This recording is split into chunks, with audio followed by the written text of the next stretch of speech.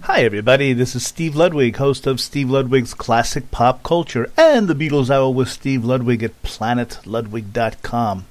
Here's an interview we did with Chris Montez on July 22nd, 2014. It's from show number 50. If you'd like to hear the full show, complete with cool songs and retro pop culture stuff, just go to planetludwig.com.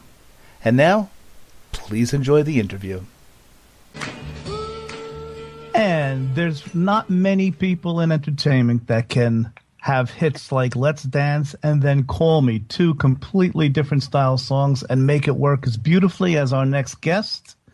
He toured with the Beatles and with Tommy Rowe, and he is still so active.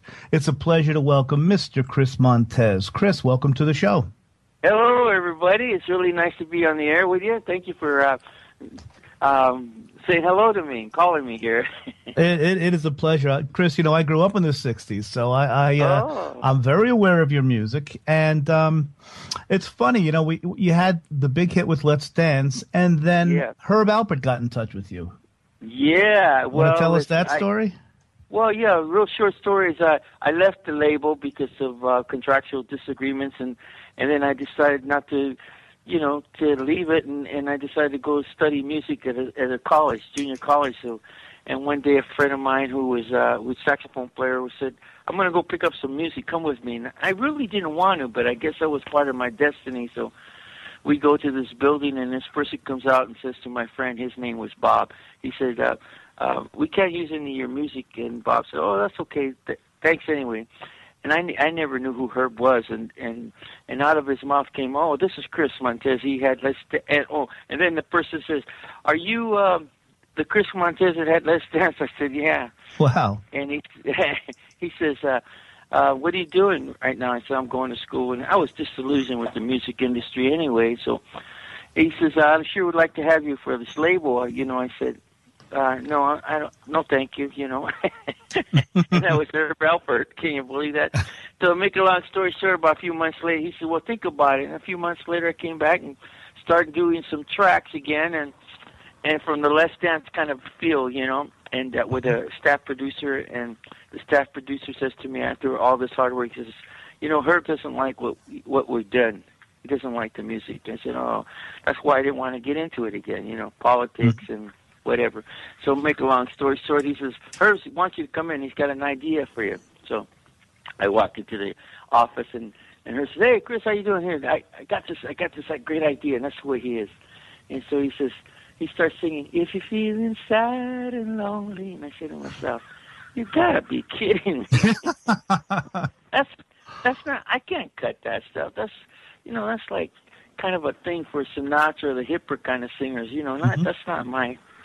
"Oh, yeah, we got to do this." So I consented to do it.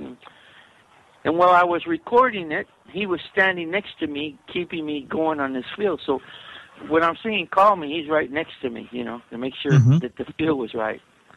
So that's how it became. And you weren't very excited, I guess, at first with switching to a style like "Call Me," huh? Not really, because it wasn't my style of music, and I didn't feel I could really do it justice, really. But with Herb's guidance, he just redeveloped me. I wanted to do that style as I got older, but I wasn't ready for that, that transition. Yeah, I know you were, in your music, of course, influenced by the Hispanic culture, especially Richie Valens. Wasn't he one of your... Oh, yeah, right. Yeah, that was a thing. And I wanted to be rock and roll, And to me, that was rock and roll. Really. Absolutely.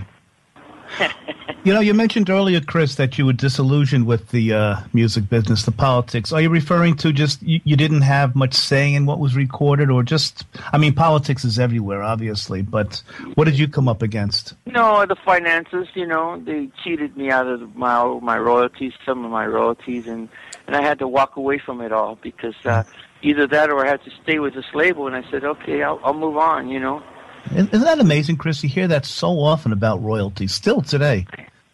Yeah, it's even worse now. We're talking about 10, maybe $15,000, which was a lot then. But now I can't understand people like artists, big artists. I don't want to mention names, but that they find out they've lost, or that their management or somebody stole $7 or $8 million. How does that? I mean, you know what? I can't even figure how, artists in our age never even got close to $1 million, really. Or and guys like you who went through it, you think people would learn from mistakes of their predecessors. But it's still going on. I don't know. We're speaking with Chris Montez, the multi-talented Chris Montez. And everyone, go to chrismontez.com. Of course, ChrisMontez.com. It's Chris's website. Chris, I notice on Facebook, boy, you're still so active performing.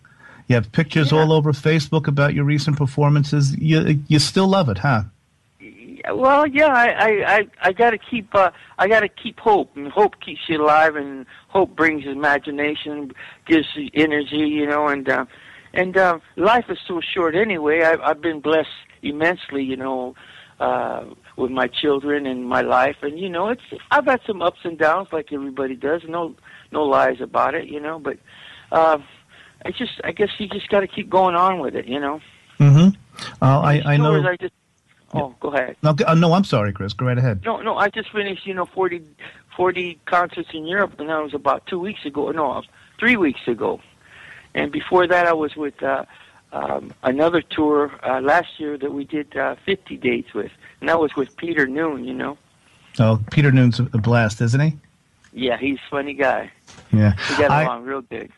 I live in New Jersey, and I saw you a few years ago at the Beatle Fest at New Jersey. Oh, and okay. You were so well received by the fans. That must make you feel good every time you get that reception from fans, huh? It's beautiful. Fans are fans. I used to be a fan when I short story. Richie Valens came to my little town in Hawthorne, California, and I remember he had Donna and La Bamba, and I was at a hop. He came there. And I proceeded to go to this hop because I love Richie Valens so much, his music, and he was an inspiration because he was Mexican American, and to me, I knew of no other Mexican American rockers like him, especially with the hits, So I'm standing way at the end of the hall because it's sold out. It's a hop, maybe it's 300 to 400 people, maybe 300. Okay, and so I'm standing way at the end, and all of a sudden they said, "Richie will be out in 10 minutes." The band was setting up and all that. So I'm standing there, and my feeling was I could say that I was at the same hall where Richie Valens sang Donna and La Bamba. That was my only concern, that I could say. Wow. So I'm standing at the end of this, and I turned to my right, and out of all the crowd, standing next to me was Richie Valens. And I couldn't believe it. I took a second and said, "Hey, Richie Valens." He said, "Yeah." And I was so thrilled. I wanted to tell him, express exactly what I felt. I couldn't spill out the words, so I shook his hand, and I told him I wanted to be a singer like him. He said, "Oh, that's nice." He smiled at me, and I was so thrilled that he treated me so kindly that because I was a fanatic for a star. To me, he was a giant star. And was he ever? Sure. And I said to myself, if I ever become any kind of famous or have any kind of music, I will always treat people the way Richie Valens treated me, and that's with kindness, and because people want to say hello and meet you, because that's the way I wanted to do it, Where were you? Do you remember where you were when you heard the sad news of his death in the plane crash? I was home, I was just home watching television, and it was kind of upsetting because I think after I had met him, it was like 4 months later that he crashed, Oh boy, yeah. Along with Buddy Holly and the Big Bopper. Chris, you've worked much within the Mexican American community in the U.S., especially in California, promoting education and healthy living. You're very active in that area, aren't you? Well, I try to be. I try to innovate younger people that you don't have to be a genius to go to school. You just get some form of education, and believe your dreams and your hopes. Because I come from a family of 9, 4 brothers and 4 sisters. Wow. Originally, my mother had 18 children, but 9 of us survived, and I was the youngest of the boys. And I always Wow. looked around, and I always noticed that my friends, because I lived in a real poor little shack, and I noticed my friends, they were like Ozzy and Harriet homes, real nice American homes, And I was embarrassed to invite people to come to my house because I had an old beat-up sofa, a beat-up kitchen, it was really a little shack, Mm-hmm. But I just continue. I said, I think I really put it all in God's hands because I think that the Lord had He had a destiny for me, and that's why I'm doing what I'm doing. I strongly believe in that. Yeah. And so I conform to the reality of life and keep on going. Yeah. Chris, do you think, coming from such a big family, do you think maybe that had something to do with you wanting to get on stage and maybe get some attention? Or I'm just guessing here. Do you think maybe that may have had something to do with it? That, hey, I want people to notice me. You come from this big family. You think that may have had anything to do with it, or am I way off base? I didn't feel that way because Okay. I used to sing Mexican songs with my brothers because they played rancheras, typical polkas, Mm-hmm.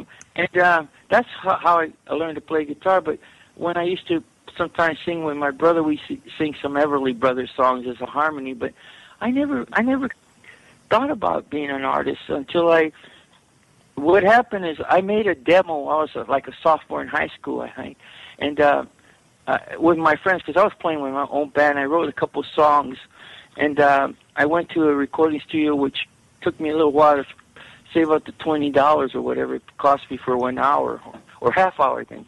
So I had my sister-in-law drive me because I didn't drive.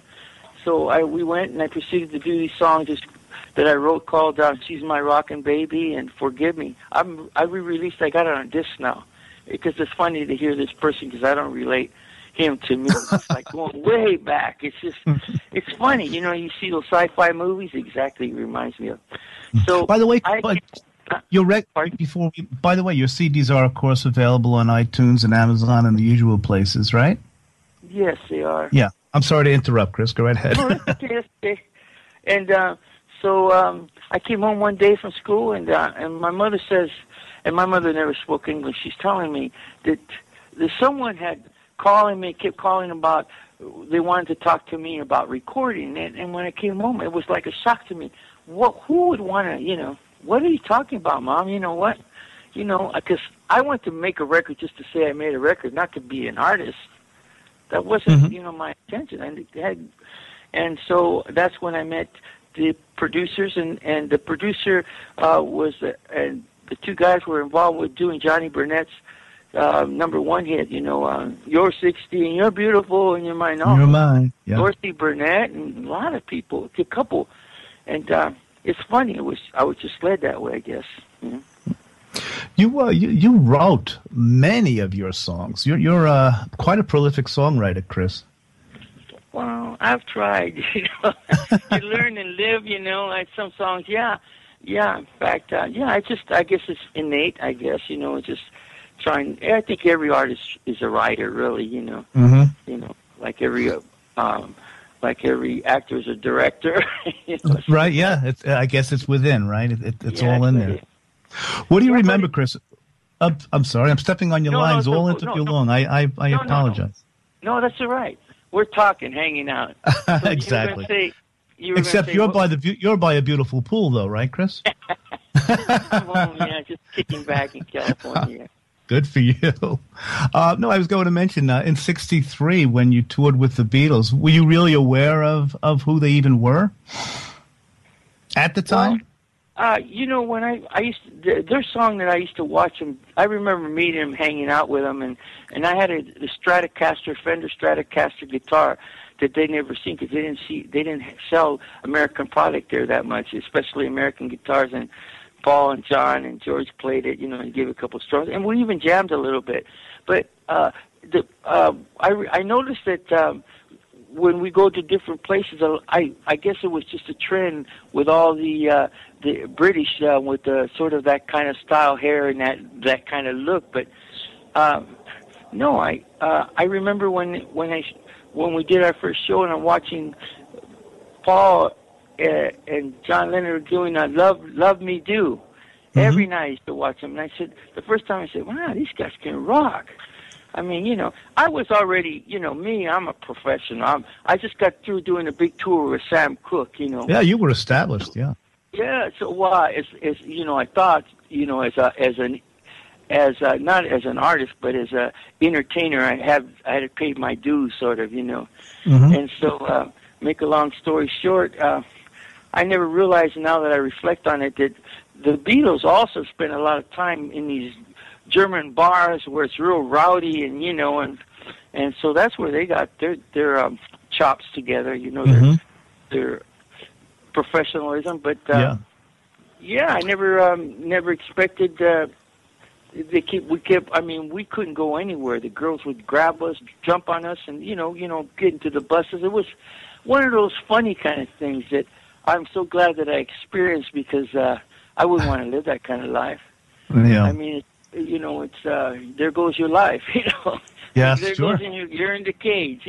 That's the other side of the coin, right? Of fame. That's and the popularity. other side of the coin, and so when I left them, we said our goodbyes. In fact, I have the only the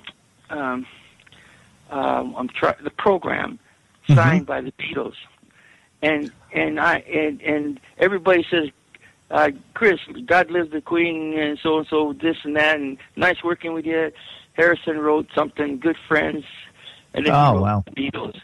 And you still have that? Oh, yeah. And so, and John Lennon wrote, Chris, remember Manchester. And what happened is Manchester's, John Lennon and I got in a fight on a bus because he poured beer in my head, and I didn't care for that joke, Wow. So that was his reflection. And it makes me laugh, because that's John Lennon that would say something great like that. Chris, remember Manchester. So much like his personality. You mentioned Sam Cooke. What was it like touring with Sam Cooke, Chris? It was wonderful, because I got to experience the other part of life that I've never seen, and that was prejudice, 'cause I never saw black and white restrooms, black and white restaurants, no blacks here, no, whites only. And I'm from L.A., and I'm a young cat, I'm saying, wow, what is this about, And in fact, I felt uncomfortable, because sometimes I go in a place and people would look at me, and I'm saying, I wrote home and I said, I wish they had black and white. I wish they had a in between, people that are in between. Yeah. Boy, talk about an education through experience. Oh yeah, and the Freedom Riders. Sometimes we'd be going through towns, and these little towns, people would be standing on the streets like you see in movies, as the buses are coming in. And sometimes I was told, keep down, because I was considered white, and they thought maybe we were part of the Freedom Riders. Remember, they were having rides. Sure. White of course, yeah. Too much about that. I got an education, all right. And then I used to have to pull over sometimes in the middle of the night at the concert. I'm talking with the Drifters and all these heavyweights, Smokey Robinson, all these different guys. I'd have to get out at night and get out in the restaurant and get food for them. They'd say, come on, Chris, go get it. No, I don't want them. Come on, you can go to the front. I said, okay. But that's their fact. Yeah. Yeah. Tell us a little bit about SOPA, Stop Obesity, Promote Activity. And now you received an award from that organization. From where? From whom? Stop Obesity, Promote Activity. Oh, I don't know too much about it. They just out of the blue, they called me, and I did what I could to help them. And, if whatever I can do to help, it's great. In fact, I'm at Hawthorne High, where I went to Hawthorne High here in Hawthorne. Did the Beach Boys also go there? Yeah, I used to go jam with them on sometimes 3 or 4 times in a month, or I'm gonna come over and we jam, And I knew the Beach Boys well, and I had Brian Wilson in a couple of my classes, and Dennis and Carl, And I remember Dennis, not Dennis, but Brian saying to me, we're standing in front of this little house, and he said, oh, we're going to sign with Capitol Records, and we're going to call ourselves the Beach Boys. I thought, wow, that's an odd name. because I was a surfer then, and I did more surfing than they did. The only other one did was tennis.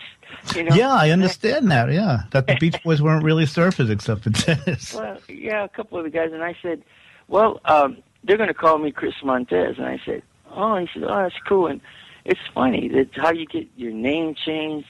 Everything happens in life, and it's a wonderful thing, and it's a good thing. What is your name on your birth certificate, Chris? What's that? Oh, my real name? Yeah. Ezekiel, E-Z-E-Q-U-I-S, is biblical. Because I used to tell my mom, why did you name me Ezekiel? That's next to the book of Daniel. And she said, because you were special. And I said to myself, I was a little kid. I'm saying, wow, what's so special, you know? Because everybody used to call me Zeke. So that's why I grew up, sure. Zeke. So that's my real name. And everybody in my family, nobody calls me Chris, not even my wife. She calls me Zeke. And maybe a few other things on the bad days, like my wife does me. Sometimes when I'm off day. My wife has a few pet names for me, too, on those off days. Yeah, on those off days, me too. We've been speaking with Chris Montez, the wonderfully talented, the great Chris Montez. Chris, I thought when we say goodbye, I wanted to play a couple of songs too, from '72, Loco Porti, and also the duet you did with Kathy Young. All you had to do was tell me. What can you tell me about those two songs? Well, I had left A&M, and I met a producer by the name of Billy Michelle, who came all the way from New York. And he was a big fan of mine, and he said, I want you to come to New York. I want to record that. We can do a lot of things. And so I proceeded to go with him, hang at his house, and I was writing bilingual tunes, and he helped me with the English lyrics, because he brought out my Mexican culture in that album called I Know Digas album. It's got a lot of bilingual songs, and they're all close to like a Mexican ballads or, you know, polkas. And so that's how that evolved, and it became a big hit in Europe, Germany, Austria, got a gold record. It became #1 in a lot of countries for a long time. And isn't it something, Chris, the way Europe is so good to American singers? You know what I mean? I would say that Europe has a better ear than America, or they're more involved with the artists than the American artists, because American artists audiences, I'm sorry. They know who you are for a second, and they oh yeah, so yeah. But the British, for some reason, has a whole vocabulary. I mean, you know. Yeah, and they never forget. They never forget. Yeah. You know. How about the duet with Kathy Young? All you had to Kathy Young, I had written by you, of course. Yeah, it was. I was writing. I was doing this album with the Let's Dance, and then Jim Lee, the producer, said, hey, I was thinking of you doing a duet with Kathy Young. Would you do Beaches? I said, yeah, because Kathy Young, she had 1,000 stars, and I knew who she was. I met her before. We did shows together. And so we proceeded to do this. All you had to do was tell me. And I remember, you know, she did her, I helped her with her, do her section, and I was standing there with her, and she could sing, you know. And so she just sang it, and then I sang my part, and that was a duet. Beautiful sounding duet. We're going to hear that just as we say goodbye to Chris. Chris, I also want to thank Pam Dixon for setting this up. She's a very nice person, isn't she? She's my lady, yes. Yeah. And I would like to thank all my fans, whoever knew Chris Montez or bought Chris Montez or listened to Chris Montez. Thank you from the bottom of my heart, because without you fans, we'd be nothing, and I mean that from the bottom of my heart. Well, Chris, if I can speak for the fans from the bottom of our hearts, thank you for all the great music and the continued music that you give us live. And it's been a pleasure speaking with you, Chris. Thank you so very much. My pleasure. Okay, bye now, Chris. Bye.